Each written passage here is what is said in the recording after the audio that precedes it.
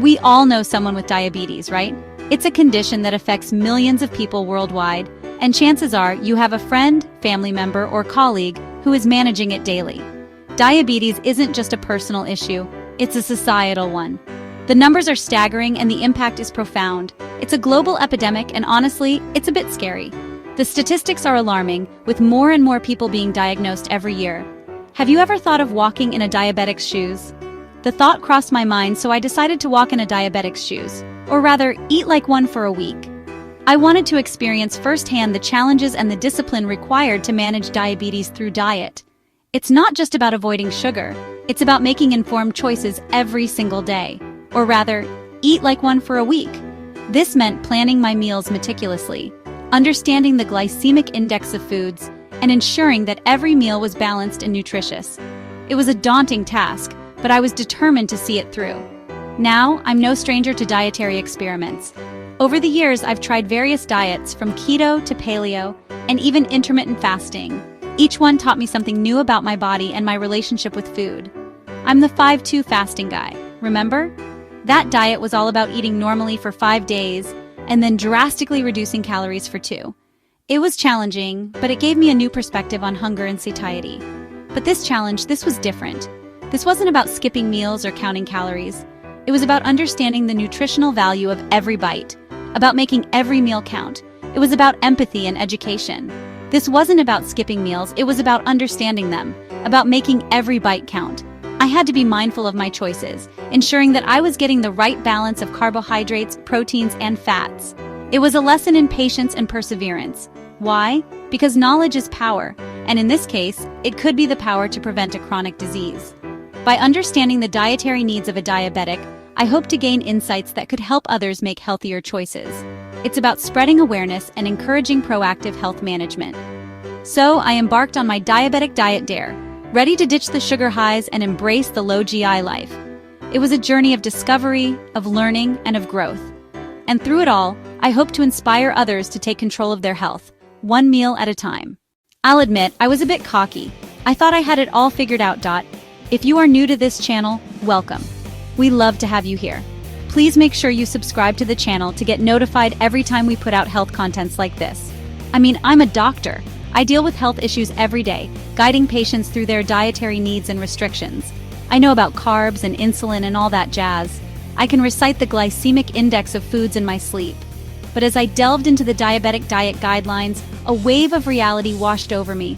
It wasn't just about knowing the facts, it was about living them. Gone were the sugary cereals, the white bread sandwiches, the pasta feasts. My pantry underwent a radical transformation. Hello, brown rice, quinoa, and a whole lot of vegetables. My meals started to look like a rainbow of health.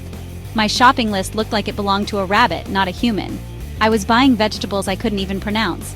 I stocked up on lean proteins, low GI fruits, and enough nuts to feed a squirrel army. My kitchen was now a fortress of health. I was determined, but a little apprehensive.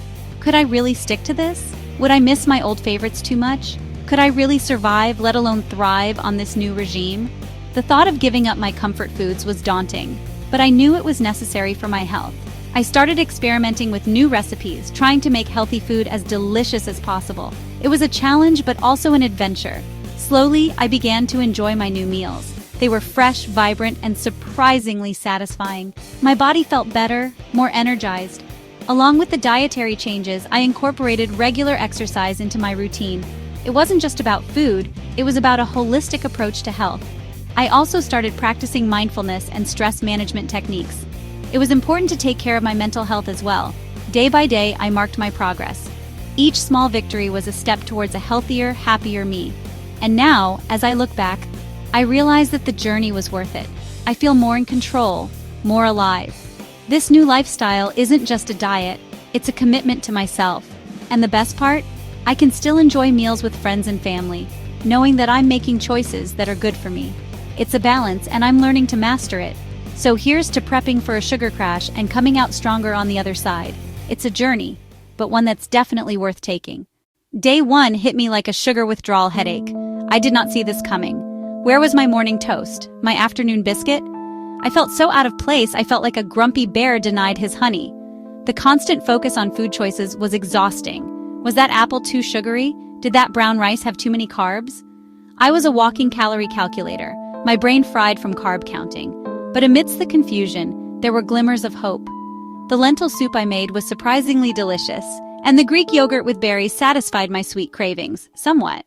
Day 3 and 4 were really bad. Cravings and victories. By day 3, the sugar cravings were real. I dreamt of chocolate, fantasized about cake. My willpower was tested, but I held strong. And then, something amazing happened. My energy levels stabilized. I'm sure some of you can identify with this. The afternoon slumps that usually plagued me vanished. I felt, dare I say it, good. I was sleeping better, my mood was brighter, and I even had more energy for my daily walks. Could this be the power of stable blood sugar? I was starting to believe it. Day 5 and 6, I felt a lot better. Settling into the sugar-free swing. By the end of the week, I was a pro at deciphering food labels and whipping up diabetic-friendly meals. I even found myself enjoying the taste of foods I used to find bland. Who knew cauliflower rice could be so versatile? And don't even get me started on the wonders of zucchini noodles. My taste buds were expanding and my body was thanking me. By day 7, I had learnt my lesson. Lessons from my low GI life. As my diabetic diet dare came to an end, I wasn't rushing for a donut. The journey had been challenging, but it was also incredibly enlightening. I had spent weeks meticulously planning my meals, counting carbs, and resisting the urge to indulge in sugary treats. It was a test of willpower and discipline, but it was also a journey of self-discovery. Sure, I looked forward to a bit more flexibility, but I realized I had stumbled upon something profound. The act of choosing healthier options became second nature. I found joy in cooking nutritious meals and discovered a newfound appreciation for fresh produce.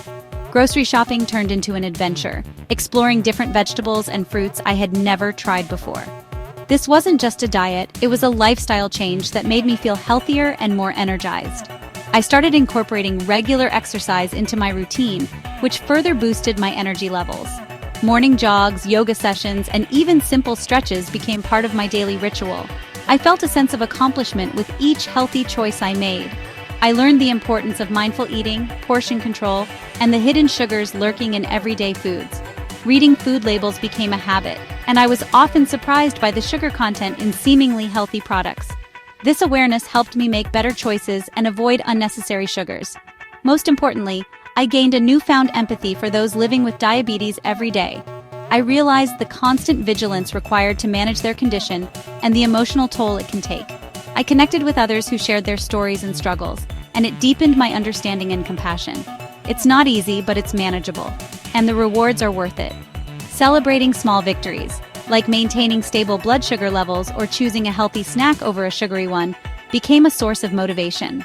This journey taught me that with determination and support, living a low GI life is not only possible, but also incredibly rewarding. What's your diet story? Go to the comments section and tell me if you have tried anything crazy like this before. I really like to hear from you. My journey was challenging, eye-opening, and ultimately incredibly rewarding. Now, I'd love to hear from you. Have you ever tried a diabetic diet or made changes to your eating habits for health reasons? Share your experiences and questions in the comments below. Let's start a conversation about healthy living.